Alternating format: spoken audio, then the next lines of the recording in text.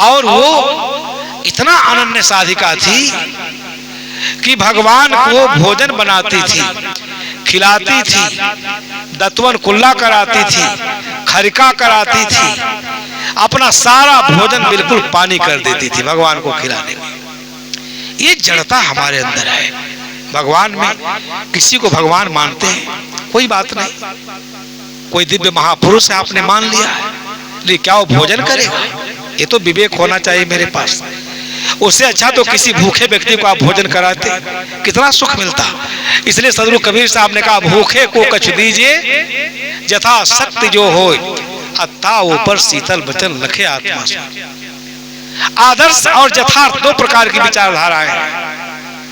आदर्श विचारधाराओं ने खूब आदर्शों की चर्चा, लेकिन कबीर साहब यथार्थ के धरातल पर अपनी बात कह रहे थे। इसलिए क्रांति आ गई धर्म के क्षेत्र में, आध्यात्मिक जगत में। ये सबको विचार करना चाहिए। कबीर सबके हैं, सबके लिए महत्वपूर्ण है। किसी से घृणा नहीं, किसी की आलोचना नहीं, वो तो केवल सत्य को समझा रहे हैं। एक उनका दृष्टिकोण है, पवित्र दृष्टिकोण है, अलौकिक दृष्टिकोण है। अगर आपके पास बुद्धि है तो उसे समझ लीजिए। इसलिए उसकी गरिमा है, महिमा है सबके लिए। बंधु, अब इतनी बड़ी साधिका थी, उसके भांजे चले गए उसके घर। हमारे उत्तर प्रदेश में मामी लोग कभी कभी अपने भांजे से हंसी मजाक भी कर लिया करती है। कुछ है वैसा रिश्ता, जगह जाकर रीति रिवाज है। और कट्टर पारखी संत भांजे, मामा जी नहीं थे, केवल घर में मामी, और महाभक्त, खूब भगवान को भोग लगाती, बैठ के घंटा हिलाती, पंखा डुलाती, पानी रखती, आचमन रखती। अब खिलाते पिलाते भोजन, एकदम जाड़े का दिन था, बिल्कुल पानी हो जाता। बैठ के खाती, भोजन में कोई स्वाद नहीं। भांजे ने एक दिन देखा, दो दिन देखा, श्रद्धा भक्ति तो बहुत ऊंची है, अनन्य साधिका है, और भित्ति पर चित्र बना था भगवान का। एक दिन उनको नहीं रहा गया, कहे मामी आप जैसा भक्तिन तो मैं पूरे देश में भ्रमण करता हूँ, शायद ही कोई भगवान का भक्त हो। इतना सेवा जो कभी आप मामा की होती, अब इतना आग बबूला हो गई कि जल्दी हमारे घर से निकल जाओ। तुम नास्तिक हो, कबीर पंथी, तुम लोगों को भगवान से बड़ी जलन है, कुढ़न है। तुम लोग क्या जानोगे भगवान का मर्म। सब सरल हृदय की थी। और भांजे थे, हंस के रह गए बेचारे, खूब डांटी। वो अपना काम करती थी, सवेरे वही काम, जलपान बनाए तो, भोजन बनाए तो, सारा दिन भगवान को खिलाने पिलाने, नहलाने धुलाने, खरिका कराने, आचमन कराने, पंखा डुलाने में सब बीत जाता था। एक दिन बड़ी प्रेम से लोग बैठे थे भोजन करने। भांजे ने विनोद प्रियता से कहा, मामी आपका सब काम बड़ा अच्छा लगता है।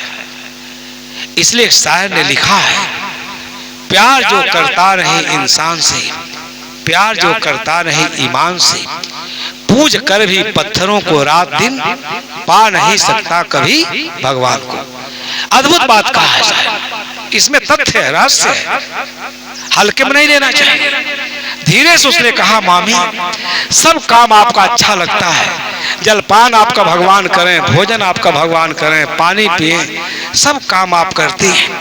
भगवान को कभी आप डोल डाल नहीं कराते हैं, उनका शौच क्रिया कौन साफ करता है। इतना कहने के बाद मामी तो एकदम आग बबूला हो गई, कहीं जल्दी निकल जाओ हमारे घर से, नास्तिक कहीं का, विदूषक कहीं का, भगवान के प्रति इतनी अश्रद्धा। उसने धीरे से कहा, जो भगवान इतना भोजन करता, 2 बार 3 बार जलपान, वो डोल डाल कब जाता, कब डोल डाल कर आती, मैं तो ये कभी देखती नहीं, मैं कभी देखता ही नहीं, ये मुझे शंका है। इतना उससे नाराज हुई, एकदम आग बबूला हो गई, टूट पड़ी। लेकिन वो अच्छा संत था, हंसता रहा, सत्संग चलता रहा, चलता रहा।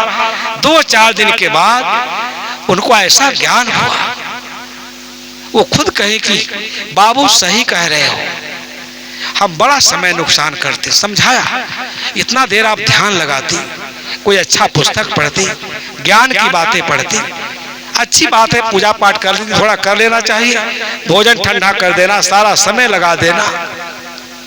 सदगुरु कबीर साहब ने इस सारी चीजों को देखा था। इसलिए धर्म के क्षेत्र में जो अज्ञान था, अंधकार था, घोर अंधकार, उससे उनकी आत्मा विचलित हो गई, फट गया कि कम से कम धर्म को तो सही संदेश देना चाहिए। आज भी स्थिति है, धर्म के क्षेत्र में जो लोग धर्म का संदेश दे रहे हैं उनका धर्म से कुछ लेना देना भी नहीं है।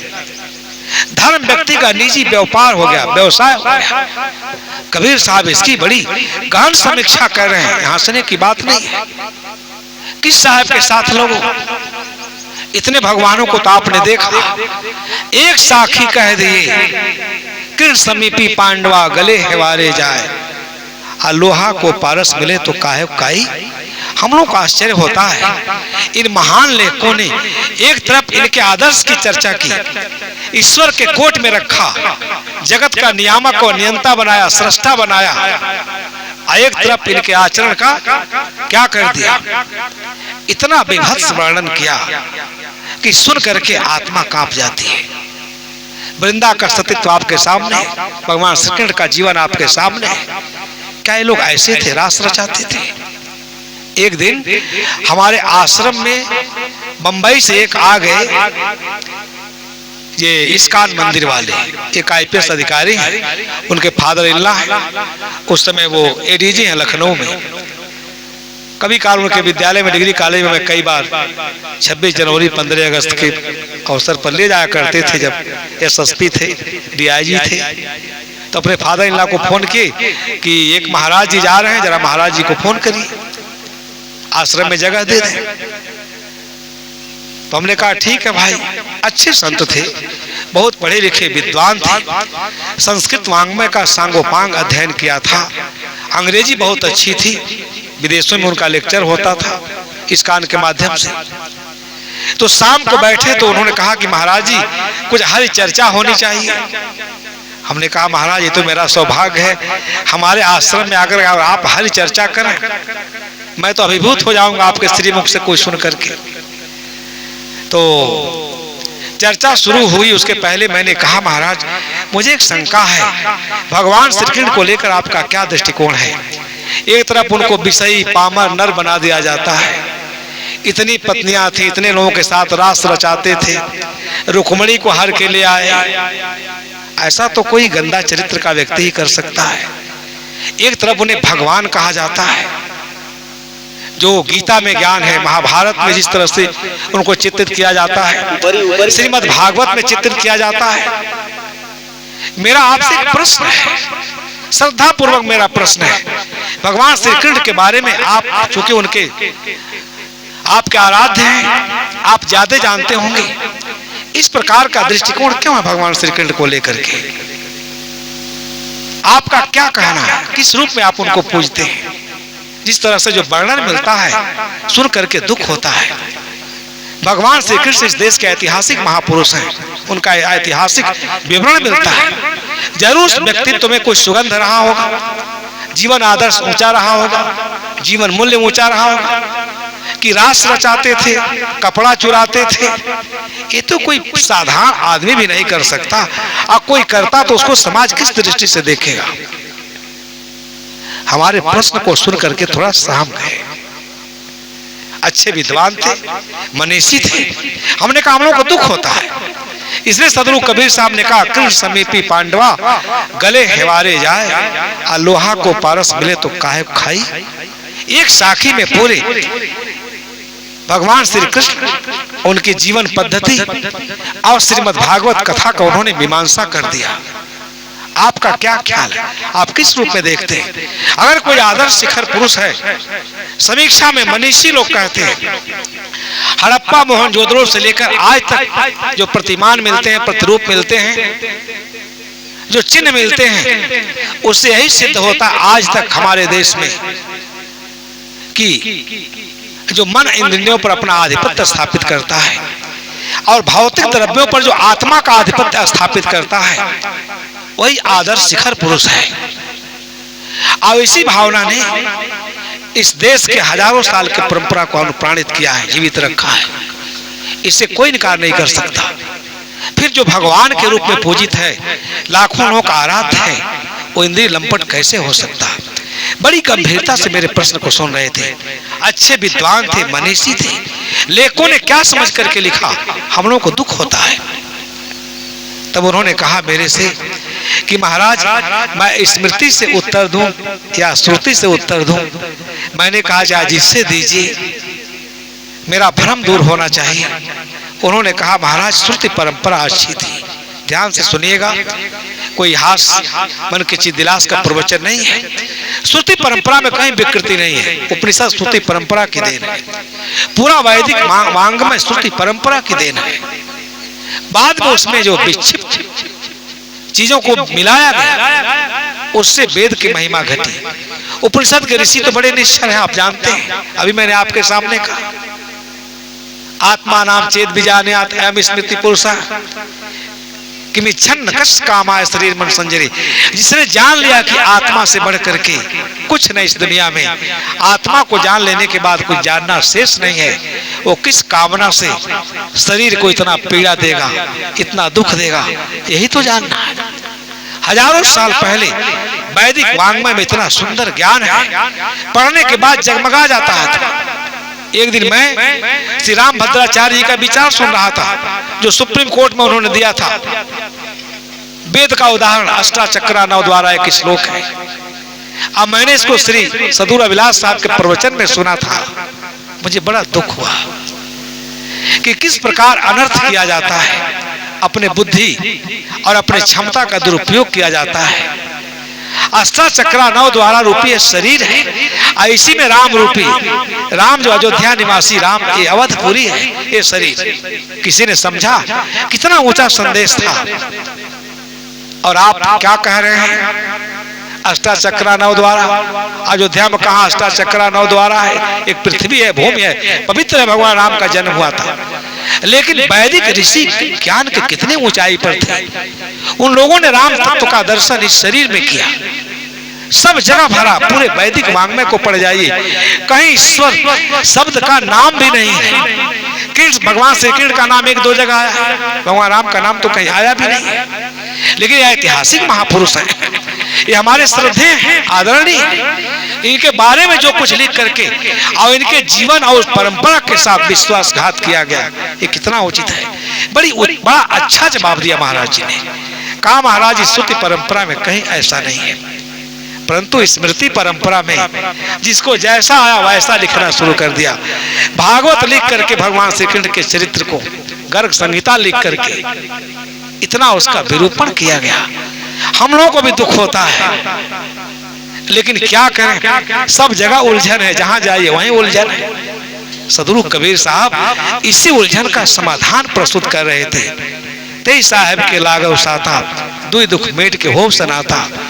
जो जन्म मरण के दुख से मुक्त है, वो हमारे लिए आदर्श है। मैंने अभी कहा ना, जो आत्मा का, भौतिक द्रव्यों पर आत्मा का आधिपत्य स्थापित करता है, ये साधारण बातें नहीं है।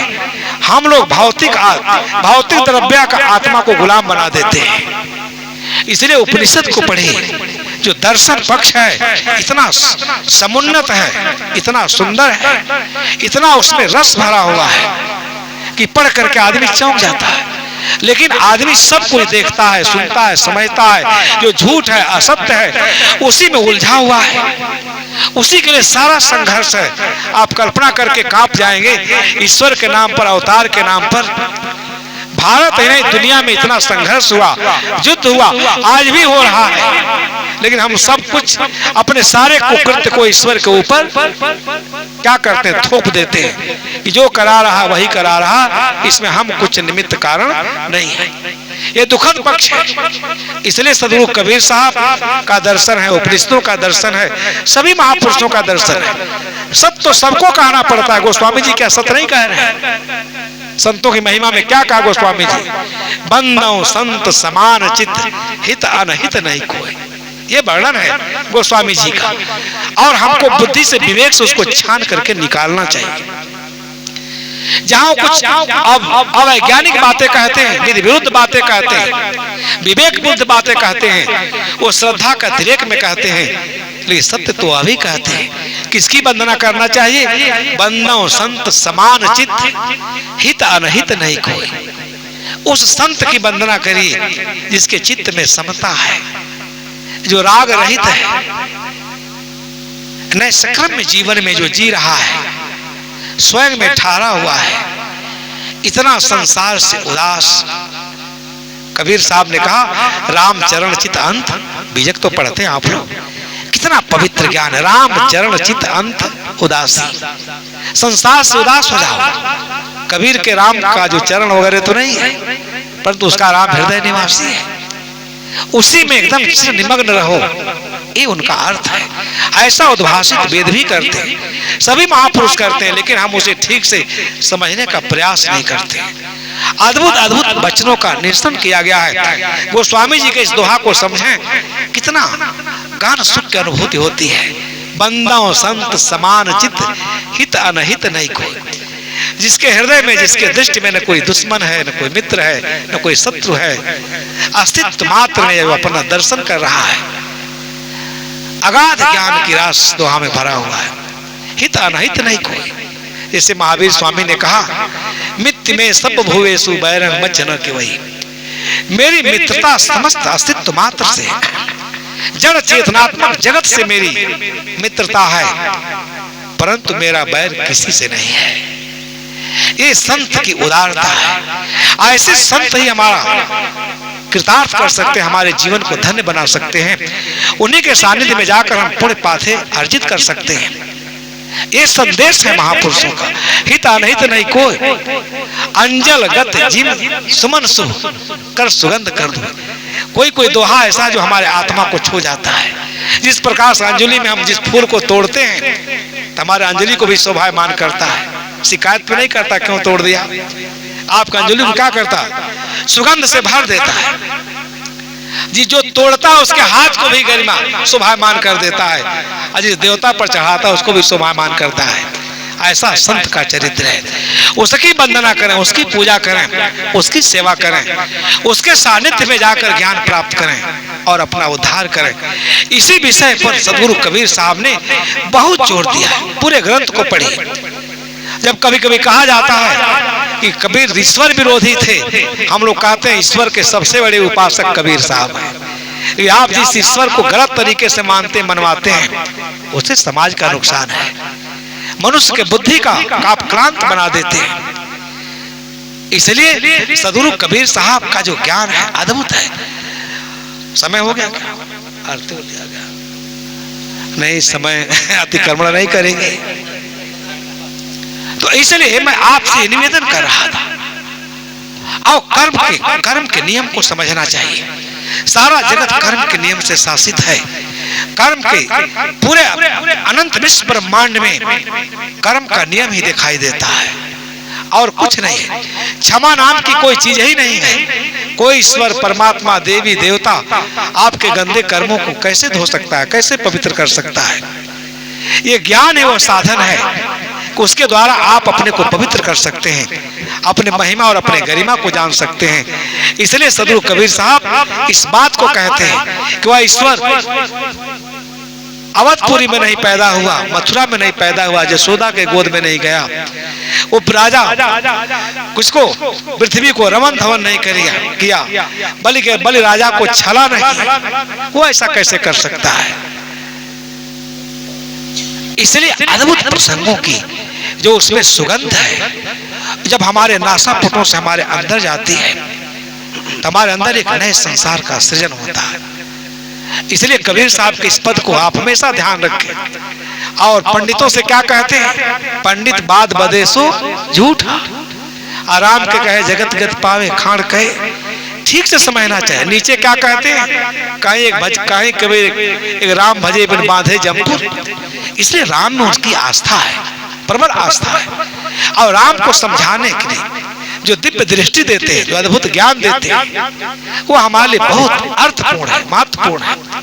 इसलिए सदगुरु कबीर साहब बीजक में इस पद को जब कह रहे थे, उनका आशय यही था कि जो संत हैं, शिखर आदर्श पुरुष हैं, वो हमारे जीवन को दिशा दे सकते हैं। उनके सानिध्य में जाने से ही, उनके जीवन दर्शन से ही हमारा कल्याण हो सकता है। हम सत्य के पथ का अनुगामी हो सकते हैं। अपने इसी जीवन में, इसी जन्म में सत्य का साक्षात्कार कर सकते हैं। और सब जगह ज्ञान है। तथागत बुद्ध ने कहा, अद्भुत प्रसंग है। एक बार एक किसान ने उनसे कहा, वो जा रहे थे उसने कहा, महाराज आप अपना इतना हिष्ट पुष्ट शरीर लिए, क्योंकि विद्वानों का मत है कि तथागत बुद्ध एक ऐसे साधक थे, उनके नासापुटों पर एक दिव्य आभा थी, प्रभा थी, जो सबको उसकी सुगंध से सब आप्लावित हो जाते थे। उस किसान को बड़ी जलन हुई, ब्राह्मण किसान को। उसने कहा, महाराज क्या अच्छा नहीं होता जो भिक्षा वृत्ति से जीवन यापन करते हैं? संत महिमा के ऊपर मैं दृष्टांत आपको बता रहा हूं। हम लोग हल चलाते हैं, कठोर परिश्रम करते हैं, तब जीवन यापन करते हैं। आप भिक्षा मांग के खा खा करके कितना मोटे तगड़े हिष्ट पुष्ट हैं। आप राष्ट्र के लिए कोई काम करते? श्री ज्ञान साहब एक जगह हम लोग थे, बैठे थे, हमको लक्ष्य करके कहे कि एक आदमी था, एक साधु साहब जी की तरह से बैठा था स्टेशन में। एक आदमी कहता है, ये साधु किस चक्की का आटा पीसा खाता है, इतना मोटा तगड़ा है। साहब तो हंसाते रहते थे, जानते ही थे। हमें को लक्ष्य करके कहते, ये दुनिया है। कहे, महाराज क्या अच्छा नहीं? प्रश्न बड़ा जायज था, जैसा समझा वैसा पूछा। तथागत ने कहा कि मैं भी किसान हूं, ब्राह्मण, मैं भी खेती करता हूं। बिना कर्म के कहां कुछ मिलने वाला है? कौन बैठा है देने वाला?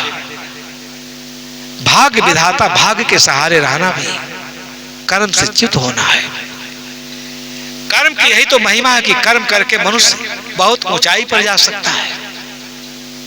किसी की दया की आवश्यकता नहीं। लेकिन कहीं कहीं धर्मशास्त्रों में हमें शिथिल बना दिया गया है। मैं भी किसान हूं, मैं भी खेती करता हूं। यह सुन करके आश्चर्य में पड़ गया। क्रोधित होकर के कहता है, अगर आप किसान हैं, मेरे वचनों से आप इतना तिल मिला गए, आप बताइए आपका हल कहाँ है, बैल कहाँ है, खेती कहाँ है, कहाँ करते हैं आप? एकदम तिल मिला गया। बुद्ध तो संत पुरुष थे। उन्होंने कहा, ब्राह्मण मैं भी खेती करता हूं, ठीक से सुनो, नाराज होगे तो मेरी बात को तुम नहीं समझ पाओगे। विश्वास मेरा बीज है, मैं जिसे बोता हूं साधकों के हृदय में। विनय मेरा बक्खर है, जिसमें अनाज को रखता हूं। स्मृति मेरी हल और हकनी है, सत्य खोलने का और कोमलता बांधने का साधन है।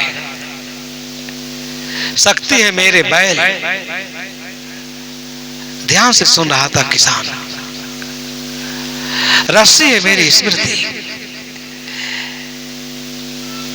इसने बैल करके मैं खेत को जोतता हूं और खेत का सारा कमास निकाल देता हूं, कबाड़। आज उसमें फसल उगता है ना किसान, और निर्वाण का, मोक्ष का,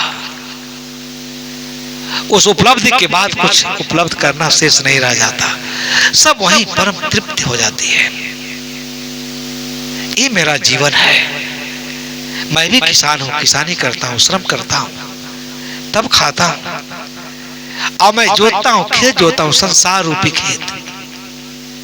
सबके हृदय में जो किवास है, भ्रम है, उसको मैं निराई गुड़ाई करके सारे भ्रम के किवास को निकाल देता हूं। और इसलिए उसमें जो फल प्रकट होता है वो निर्वाण का, मोक्ष का। ऐसा ही तुम भी करो किसान, तभी उसी से तुम्हारा जीवन धन्य होगा। संसार तो चलता रहता है, कौन किसको खिलाता है? इन महापुरुषों की कितनी अनंत कृपा है। किसान चरण पकड़ करके रोने लगा, कहे तुम परिश्रम कर सकते हो, लेकिन जब तक अपने अंतःकरण का जो भ्रम है, किवास, उसको नहीं निकालोगे, अच्छा सदगुरु नहीं मिलेगा, उपदेष्टा नहीं मिलेगा, तब तक मोक्ष निर्वाण का फसल तुम नहीं काट सकते। अब बाकी जो तुम संग्राम करने में तुम्हारा चित्त उलझा है, लगा है, इसका उससे कोई प्रयोजन भी नहीं किसान। ये सब थोड़ी देर के लिए है। इसलिए मैं तुमसे भी निवेदन करता हूं, उठो, जागो, और तुम भी यही किसानी करो, यही खेती करो। इन प्रसंगों के बाद आदमी चौंक जाता है। लेकिन हम लोग तो भ्रम में पड़े हुए। कौन अपनी खेती करता है? कौन अपने अंतःकरण को निर्मल बनाता है? हजारों हजारों साधक हैं, आज दुख होता है, क्या बताते हैं। मेरे पास आओ। एक दिन मैं कस्या में बैठा था, एक IAS अफसर के बाबू थे, कलेक्टर के, वो मिले हमसे। कहे महाराज कबीर पंथ को तो मैं जानता नहीं था ठीक से, लेकिन जब श्री रामपाल जी का, संत रामपाल का ज्ञान सुना तो मैं कौंध गया। वो तो साक्षात कबीर साहब है। हम कहे आपका प्रश्न, आप जो कह रहे हैं बहुत स्वाभाविक है। कबीर साहब तो सब जगह, हम लोग भी सब जगह कबीर साहब को देखते हैं, परंतु रामपाल के रूप में मैं नहीं देखा। आपने देखा है? खारे नहीं, बिल्कुल भगवान है। इतना अनर्थ है दुनिया में। अपने निजी हित के लिए जो काम करना चाहिए साधक वो नहीं करता है, और अपने भौतिक सुख साधन के लिए, समृद्धि के लिए, पूज्यता के लिए, सुख के लिए लाखों लोगों को क्या करता है, उनके विवेक की हत्या कर देता है। कबीर तो इसके प्रबल विरोधी थे। वो कबीर पंथ का अनुयायी कैसे हो सकता है? मैं ईश्वर हूं, मैं परमात्मा हूं, मुझे कबीर साहब दर्शन दिए। जब 10 अवतारों के खिलाफ कबीर साहब बोलते हैं, अवतारी पुरुष कैसे हो सकते हैं? जीवन भर अंधविश्वास का विरोध किया। क्यों किया? क्योंकि अंधविश्वास में रह करके, हजारों साल रह करके भी अपना कल्याण नहीं कर सकते।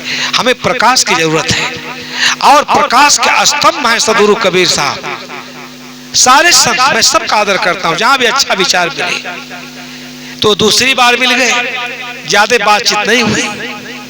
जब वहां पेट्रोल बम रखा गया था, वो भी गए थे। कहे मैं महाराज 3 प्रकार का नाम है वहां, मैं ले लिया। कितना धोखा धड़ी दुनिया में चल रही है।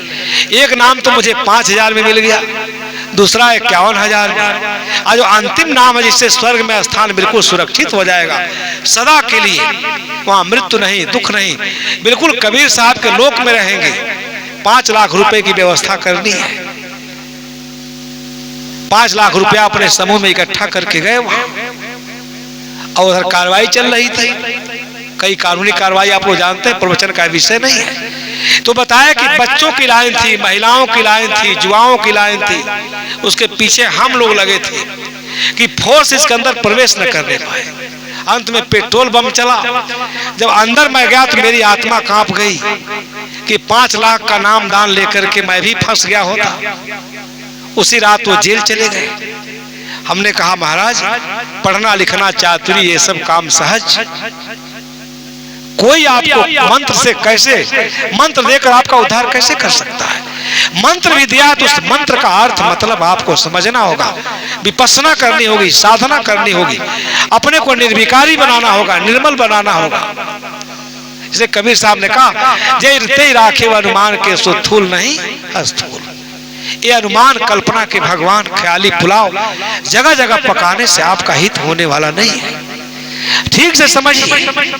इसलिए आग्रह है, निवेदन है। कांप गए। हमने कहा अगर अब सद्बुद्धि आई हो तो कबीर साहब का जो व्यक्तित्व है उसकी झलक बीजक में मिलती है। आपने बीजक कभी पढ़ा? कहा बीजक की तो चर्चा नहीं होती। ये कितना दुर्भाग्य है। हम समाज को सही दिशा, सही ज्ञान बंधुओं कैसे दे पाएंगे जब स्वयं निर्भांत नहीं है, स्वयं सक्षम नहीं, स्वयं अक्षम बने घूम रहे हैं। तो इसलिए ये जो पर्दा है, अवरोध है, इस अवरोध के लिए सदगुरु कबीर साहब ने इतना ज्ञान का, बेजोड़ ज्ञान का कथन किया। श्रोता सुन करके आह्लादित हो जाता है, जब समझने लगता है। कई विद्वानों को मैंने देखा, हमारे पास आए लोग मिले, कहे महाराज समझ में नहीं आता इसका अर्थ क्या करें, ज्ञान अमर पद बाहरे नियरेते है तो। हमने कहा ही तो कबीर के ज्ञान की महिमा है। कुछ नहीं कहा आपसे दूर है, सब तो आपके अंदर, आपके जीवन में, इसी जीवन में, इसी जन्म में इतना सहज ज्ञान दिया, इतना तर्कपूर्ण ज्ञान है, तर्कशील है, और इतना उसकी महिमा है। अगर आप जानेंगे तो आप उसी में अपने को खो देंगे, विलीन हो जाएंगे। अद्भुत ज्ञान है। इसलिए बंधुओं में अपने विषय की चर्चा इस विषय से की कि हमारा समुद्धार करता हम स्वयं हैं। संत गुरुजन भी एक सीमा तक सहायक है। कोई दुनिया में भगवान या परमात्मा नहीं है। कई बार ऐसे तथ्य आते हैं हम लोग आश्चर्य पड़ जाते हैं और देख करके आत्मा सिहर जाती है। कर्म का नियम इतना शाश्वत है। सदगुरु कबीर साहब ने अपने चिंतन में समझाया, किसी को नहीं बख्शा। आप सब लोग जानते हैं, पढ़ते लिखते हैं, आपन कर्म न मेटो जाए। कर्म का लिखा मिटे धौ कैसे, जो जो कोट सिराई। लेकिन हम लोग देखते हैं इतना कुसंस्कार घेरे हुए। एक दिन बनारस में थे तो कोई पर्व आता हमारे बहनों का जो अपने पति का चेहरा देखते हैं। ये धर्म धर्म में कितना भी तंडाबाद है। हमारे एक सेवक हैं, इंजीनियर हैं ये लबलू में, उनके पड़ोस में महिला रहती थी और इतना झगड़ा पति पत्नी करते थे। व्रत के एक दिन पहले मारपीट कर दी। पत्नी ने शराब वराब पी के आया था, क्रोध नहीं बर्दाश्त कर पाई, उसको 2-4 झापड़ लगा दी कस के। बर्दाश्त करने की एक सीमा है। अब पति जो है नाराज होकर चला गया। अब शाम को वो पति का चेहरा देखने के लिए परेशान